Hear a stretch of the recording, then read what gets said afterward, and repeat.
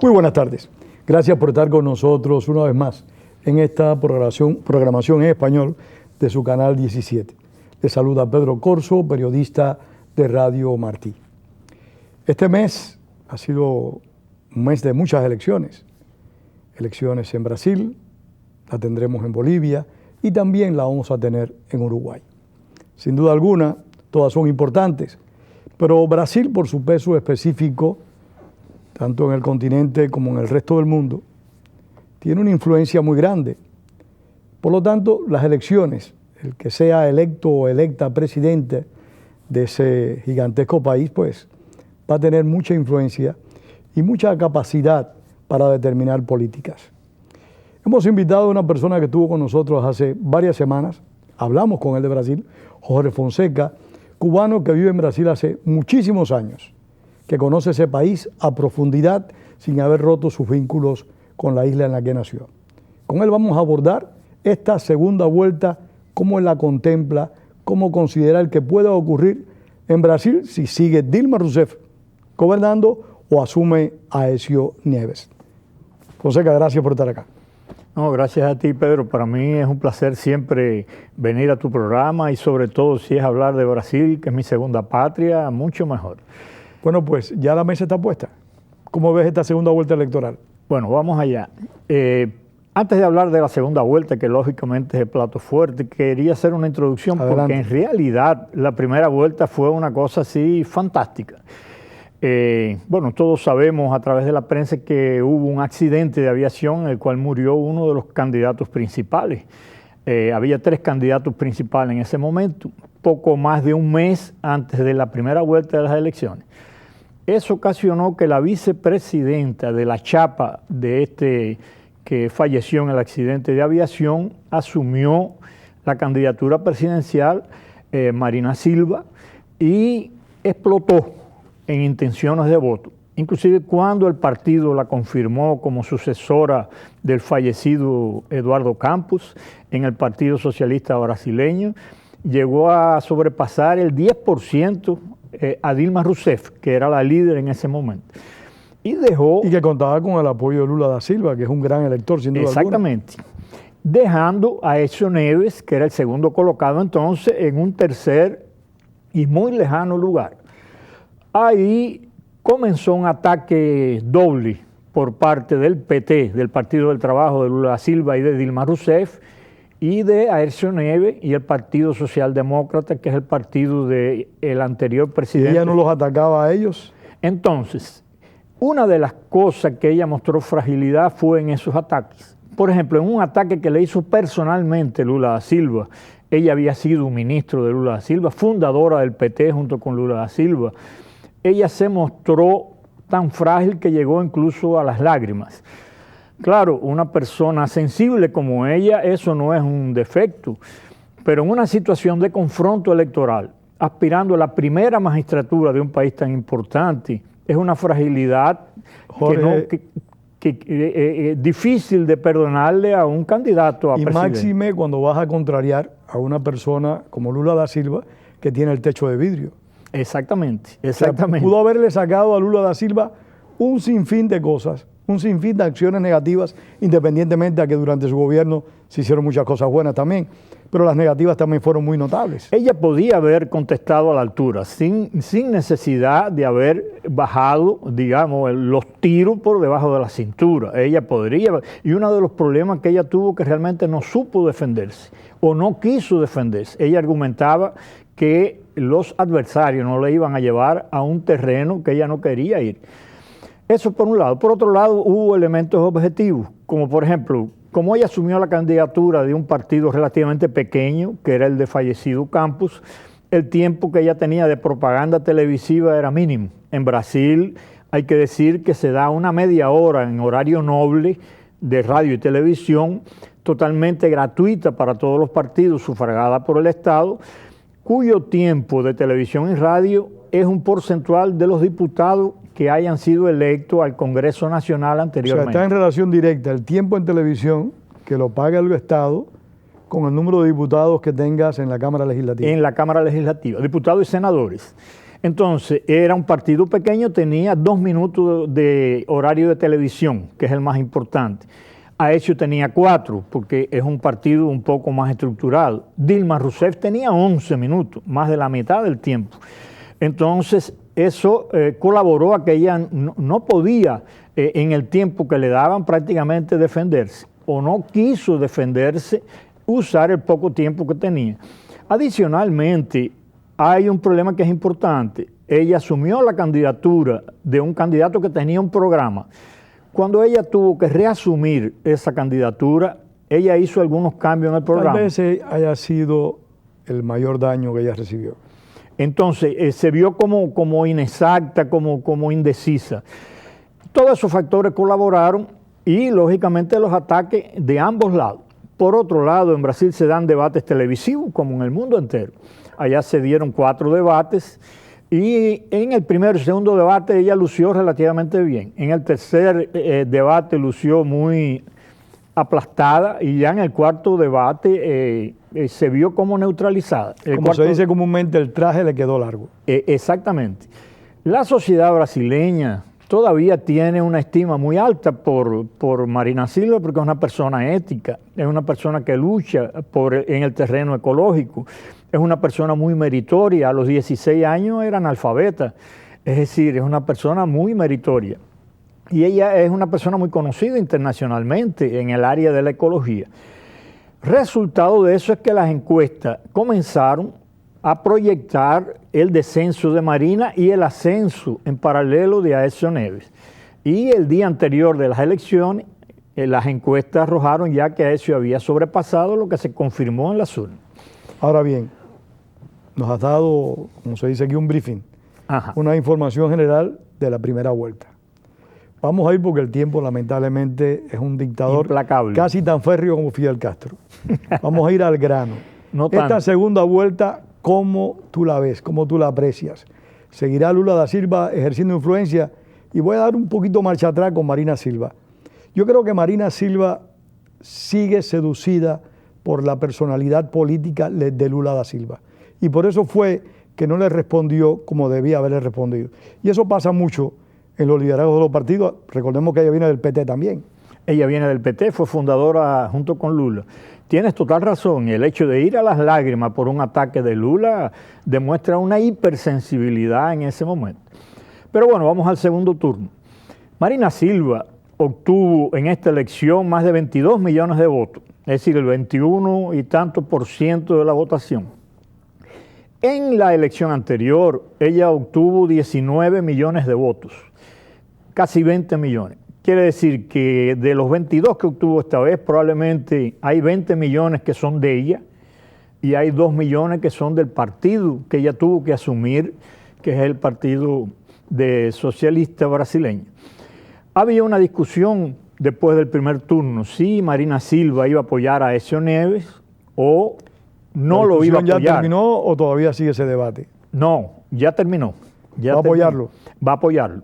Va a apoyarlo. ¿Aceptó a Aécio Neves las condiciones que le puso Marina Silva? Aceptó a Aécio Neves. No eran condiciones muy complejas, es que esa coligación se hiciera sobre bases objetivas de programas programáticos y Aécio sin problema adoptó su proyecto de programa de gobierno porque no eran exigencias descabidas. Una cosa interesante que sucedió es que los emisarios de Aécio Neves le propusieron a ella que si Aécio era electo presidente, asumiera la Cancillería, el Ministerio de Relaciones Exteriores. Marina Silva es una persona, como dije, muy prestigiosa internacionalmente por su trabajo en el medio ambiente y sería como una especie de canciller verde que para Brasil, siendo un país que concentra una biodiversidad tan extraordinaria, sería muy interesante. Bueno, no está claro si ella va a aceptar porque ella es un poco enemiga de las coligaciones basadas en cargos. El Partido Socialista, que la abrazó a ella como candidata, ya dio... Eso te quería comentar, de que antes de que ella le diera el sí a Neves, ya varios partidos de la coalición que le respaldaron a ella habían decidido abrazar a Neves. La primera entrevista que dio ella colectiva, ella hizo una señalización como que podría apoyar a Neves. Había muchas dudas porque en la elección pasada de 4 años atrás, ella también tomó el tercer lugar y decidió no apoyar a ningún candidato, lo cual conspiró contra la oposición al PT. Háblenos un poquito de Aécio Neves, porque lamentablemente para Marina Silva y quizás para Brasil también, ya forma parte de la historia electoral de ese gigantesco país. Pero háblanos de Aécio Neves, que no cabe duda, está compitiendo, está luchando por la presidencia. Sí. Ya, Pedro, antes de hablarte de Aécio Neves, voy a decir que ya salió la primera encuesta de la segunda, la revista Época, publicó anoche. Y va muy por delante. Y entonces, Aécio Neves ya tiene 54% de posibilidades y Dilma Rousseff, la actual presidenta, 36%. Aécio Neves, Pedro, para todos los analistas políticos, es la persona más preparada de todos los que concurrían a la elección presidencial. Incluida Dilma. Incluida Dilma, incluyendo la actual presidenta. Aécio Neves es un hombre relativamente joven, tiene 46 años, ya ha sido gobernador de uno de los mayores y más ricos estados brasileños, el estado de Minas Gerais, gobernador por 2 mandatos sucesivos, es decir, 8 años. Anteriormente él había sido diputado federal, equivalente a representante a la Cámara, había sido senador de la República, desde cuyo cargo presidió el Senado, el Congreso en general de Brasil. Por tanto, es una persona que tiene un currículum y una experiencia política en cargos legislativos y en cargos ejecutivos. Oye, hay que aclarar también que fue hijo de un presidente. Nieto. Él es nieto. Es nieto de Tancredo. De Tancredo Neves. Que asumió la presidencia de Brasil por pura casualidad, porque se murió el candidato que había sido elegido para presidente. Exactamente. Tancredo Neves fue uno de los luchadores brasileños. Yo creía que era hijo. Es nieto. Nieto de Tancredo Neves. Inclusive él fue auxiliar de Tancredo Neves un tiempo siendo muy joven. Es una figura muy carismática también. Solo que como el liderazgo de él era regional, restricto a Minas Gerais, fue difícil lanzarlo él a nivel nacional, inclusive internacionalmente se conoce muy poco de él. Ahora, la capacidad que él ha demostrado, sobre todo en el gobierno de Minas Gerais, da para ver que si llega a la primera magistratura, como todo parece indicar, pudiera ser un gran presidente. Su visión política al interior de Brasil, o sea, en política interior, ¿qué información es la que se tiene en relación a él? Sabemos que Dilma Rousseff ha seguido el camino de Lula da Silva, como Lula da Silva siguió el de Enrique Cardoso. Conocemos eso. ¿Tú crees que él cambie esa ruta? ¿Tú crees que él trate de innovar en la política brasileña y separarse un poquito de los presidentes que le precedieron? Yo creo que no. Sobre todo él es un digno alumno de Fernando Enrique Cardoso. Ya. Lula le dio un poco más de bies o de digamos, sentido social que Cardoso no hizo. Cardoso resolvió el problema fuerte de la economía, creó una moneda fuerte, creó un grupo de leyes que institucionalizaron definitivamente al Brasil, que Lula siguió. Lula dio un poco más de bies social que, lógicamente, Neves la va a continuar, pero va a seguir con la línea de ambos. ¿Qué sucede? Los 4 años del gobierno de Dilma Rousseff han sido verdaderamente desastrosos. A mediados de esta semana que acaba de pasar, se anunció que Brasil rompió el techo que tenía como límite de inflación. Es decir, la inflación está volviendo, no solo el crecimiento económico va a ser muy bajo, probablemente sea negativo este año, lo que se le achaca a la Rousseff, como que la inflación, que es un problema muy serio en Brasil, todo el mundo le tiene mucho miedo a la inflación.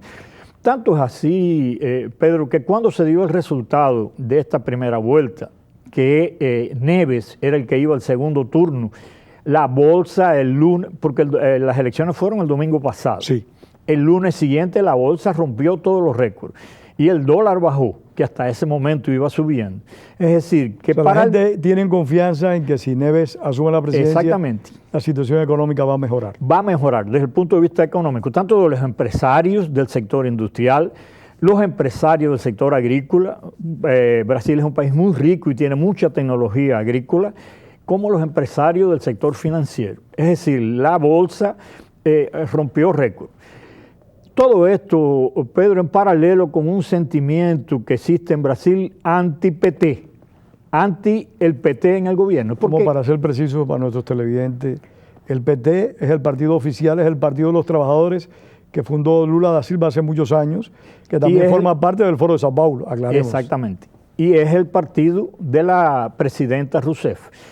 Anti-PT, ¿por qué? Porque el Partido del Trabajo de Lula da Silva y de Dilma Rousseff se presentaba en la vida política brasileña como el partido de la ética, como el partido de la honestidad, como el partido de la moral. Lula asumió a la presidenta en el primer mandato con un lema que decía: yo lo que quiero es un país decente. 2 años después de asumir, él asumió en 2002, y en 2004 estalló el escándalo del mensualón, como consecuencia del cual hay unos 12 o 15 presos, ministros de Lula, el presidente del PT, el secretario general del PT, el tesorero, todo eso fueron expulsados del partido por corrupción. Es decir, y Lula se salvó posiblemente de milagro, porque no en alguna medida, si no estaba involucrado, trató de tapar algunas cosas, porque los escándalos fueron muy grandes. Muy grandes. Todavía no está claro si Lula realmente, él dijo que no sabía, y la élite brasileña aceptó que no sabía. Hay que decir que en los gobiernos de Lula, Brasil se dio tan bien desde el punto de vista económico, que quizás hubo un poco de miedo en que el escándalo llegara hasta Lula y hubiera que hacer un cambio, porque el vicepresidente de Lula en esa época no era así una persona de la total confianza. Pero bueno, esos escándalos no solo se dieron en el gobierno de Lula, se dieron en el gobierno. Ahora mismo hay un escándalo muy fuerte con la Petrobras, que es la principal empresa brasileña. Yo he escuchado que Brasil es un país muy corrupto, que la clase política brasileña está muy corrompida. Lo he escuchado, lo he leído en algunos trabajos, y una de las demostraciones de esa corrupción fueron los estadios que se construyeron para el Mundial de Fútbol que tuvo lugar en el país. Por eso precisamente... ¿Tú conoces ese tema? Háblanos de eso, por favor. El año pasado, cuando se fue a celebrar la Copa del Mundo en el primer semestre, estallaron un grupo de manifestaciones masivas en las principales ciudades de Brasil. Resulta que Brasil iba a organizar la Copa del Mundo del 2014, con un resultado formidable que se dio la Copa. Pero la Federación Internacional de Fútbol, que es la organizadora, exigió del gobierno de Brasil construir estadios fastuosos, fuera de los padrones que normalmente, imagínate, Brasil es el país del fútbol, imagínate si no va a tener estadios de fútbol en todo cuanto es ciudad.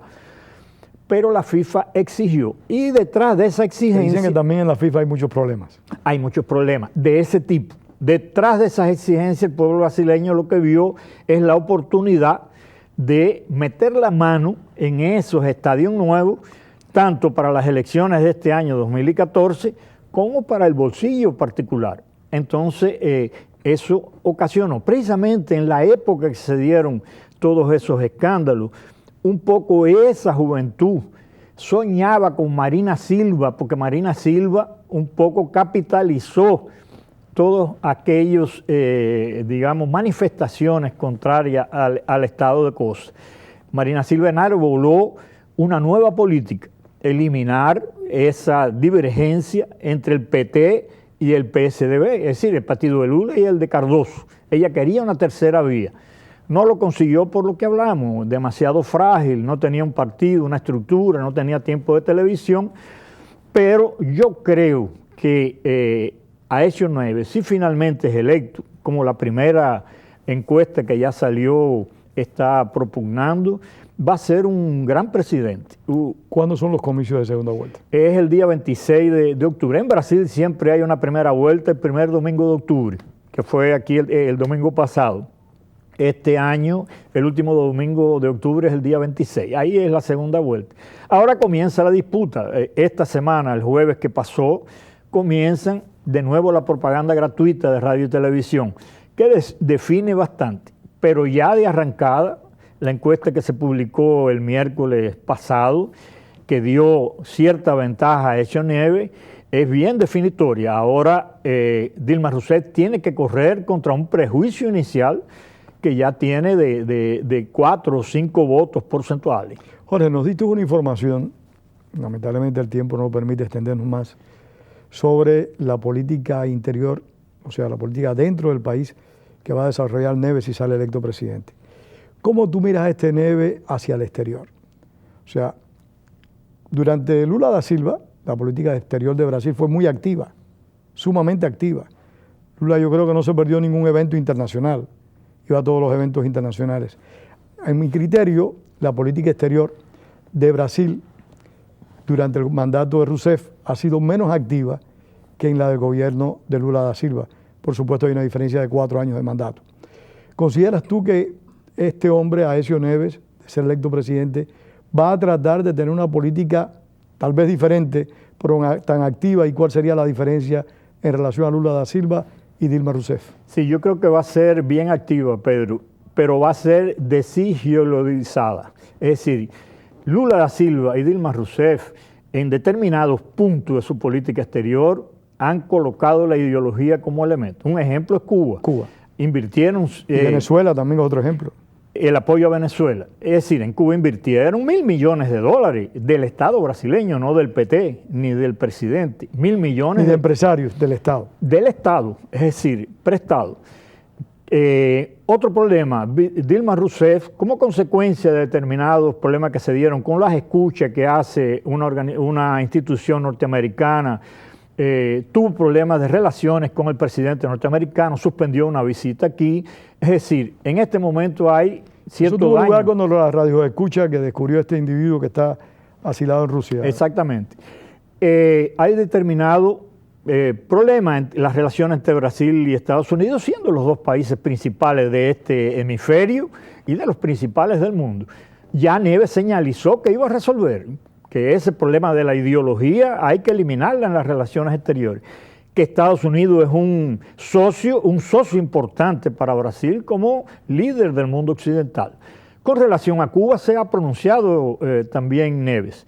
Neves ha dicho, en un marco en el que yo estaba personalmente presente, que si él es electo presidente, él va a cambiar las relaciones con Cuba. Adicionalmente, criticó muy fuertemente la postura que ha mantenido el actual gobierno de Rousseff con los médicos cubanos que están en Brasil. Es sabido, en Brasil hay 11.400 médicos cubanos que le están pagando $1.200 a ellos. Casi tanto como en Venezuela. Y sin embargo, le están pagando a Cuba $3.200 que se van directamente. Aécio Neves dijo que había que eliminar esa distorsión. Perdón, las relaciones con el Mercosur y con el resto de Sudamérica nos ha dado una visión en lo que sería con Cuba y lo que sería con Venezuela. Pero, por ejemplo, tenemos a Bolivia, Evo Morales, que aparentemente va a ser reelecto por tercera vez, para muchos de manera ilegal, porque reformó a la cañona la Constitución Nacional. ¿Cuáles serían las relaciones con Bolivia, con Uruguay, con Argentina y con Paraguay? Socios algunos del Mercosur y el otro un socio comercial estrecho por el gas, Bolivia en relación a Brasil. Pero el Mercosur es una institución en crisis. No dicho desde Brasil, dicho desde los países más pequeños del Mercosur. Fueron creados por 4 países inicialmente: Argentina, Brasil, Uruguay, Paraguay. Para Paraguay y Uruguay, el Mercosur es un problema solo de Brasil y Argentina. Los pequeños países no lo quieren. Ideológicamente, Lula introdujo a Hugo Chávez en el Mercosur. Venezuela está en el Mercosur, donde no pinta nada. Contó con todo el apoyo de Cristina Fernández para eso. Y contó con todo el apoyo de Cristina Fernández, que es otro de los grandes del Mercosur. Aécio Neves probablemente revise los mecanismos del Mercosur. Otra cosa es que ideológicamente el Mercosur ha hecho como una distancia de un grupo económico que se hicieron de cara al Pacífico: Colombia, México, Perú y Chile, que es el grupo del Pacífico. Estoy seguro que Aécio Neves va a tender puentes con ese grupo, porque no tiene sentido que el principal o la mayor economía de América del Sur quede distante de un bloque tan importante. Ideológicamente se quedaron separados. Con el Mercosur probablemente sí tenga alguna revisión, porque hay mecanismos del Mercosur que impiden a los pequeños moverse. A los pequeños, digo yo, a los 2 países menores, Uruguay y Paraguay. En cuanto a Argentina y Brasil, sí pueden moverse. Entonces eso es un mecanismo un poco injusto. Quisiera comentar rápidamente lo que tú hablaste de las elecciones en Bolivia. las relaciones con Bolivia son excelentes. Brasil le compra a Bolivia miles de millones de dólares por año en gas. Y parcialmente las elecciones de Evo Morales, en la que no va a confrontar problemas, independientemente de los problemas ideológicos, de los problemas políticos, del control que él ha tratado de tener, está montado encima de la cantidad de dinero que está entrando a Bolivia hace 8 o 10 años, producto de la venta de gas a Brasil y Argentina. Sí, porque hay que decirlo también, Evo Morales subió el precio del gas que se le vendía a Brasil. Y a era un precio bien bajito. Sí, sí. Él lo subió, no solo subió, inversiones que hizo la YPF española argentina en Bolivia y que hizo la Petrobras brasileña en Bolivia, Evo Morales la nacionalizó. Y entonces, la cosa es de tal nivel, Pedro, que hace 8 años entraban en Bolivia 600 millones de dólares por año. Este año van a entrar 7.000 millones de dólares por año. ¿Solamente de Brasil? No, de Brasil y Argentina, por la venta del gas. Es decir, 7.000 millones de dólares desde el exterior, echado dentro de una economía, genera un Producto Interno Bruto de 20 o 30 millones de dólares. Da una facilidad de una política clientelar, que es lo que se ha generado en esos países. Exactamente. Entonces, ¿qué sucede? En parte la elección de Bolivia debe verse a partir de la bonanza económica que Evo Morales ha sabido administrar muy bien. Los contendientes de él, hay 2 contendientes principales que no llegan ni al 20%. Están muy lejos de Morales. Muy lejos. Más no ha tenido que hacer muchas trampas para que estén muy lejos de él, por la política clientelar a partir de la danza de los millones. Es que es una práctica que la vimos con Hugo Chávez, se repitió con Rafael Correa, con Evo Morales, se ha repetido en Nicaragua, es la política del ALBA, de comprar votos de una forma indirecta, de seducir contrarios con sinecuras, con ventaja y beneficio. Un minuto. Dame en ese tiempo tu visión futura de Brasil. No lo que tú quieres, no lo que tú quieres. ¿Cómo tú ves, sea uno o sea el otro, el que gane, cómo puede cambiar el futuro de ese país? Pero realmente, con mucha alegría tengo que decirte que lo que yo veo coincide con mi punto de vista personal. Creo que Aécio Neves objetivamente tiene todas las condiciones para ganar. Marina le dio su apoyo, Marina Silva, el PSB, que es el partido de ella, también le dio su apoyo. La sociedad brasileña está cansada del clientelismo que ha creado el PT. Jorge, muchísimas gracias. Muchísimas gracias, Jorge Fonseca, y gracias a ustedes por haber estado con nosotros una vez más en esta programación en español del Canal 17. Confiamos tener a Jorge aquí después de las elecciones brasileñas. Recuerden, como decía el apóstol José Martí, la palabra es para decir la verdad, no para encubrirla. Tengan todos muy buenas tardes.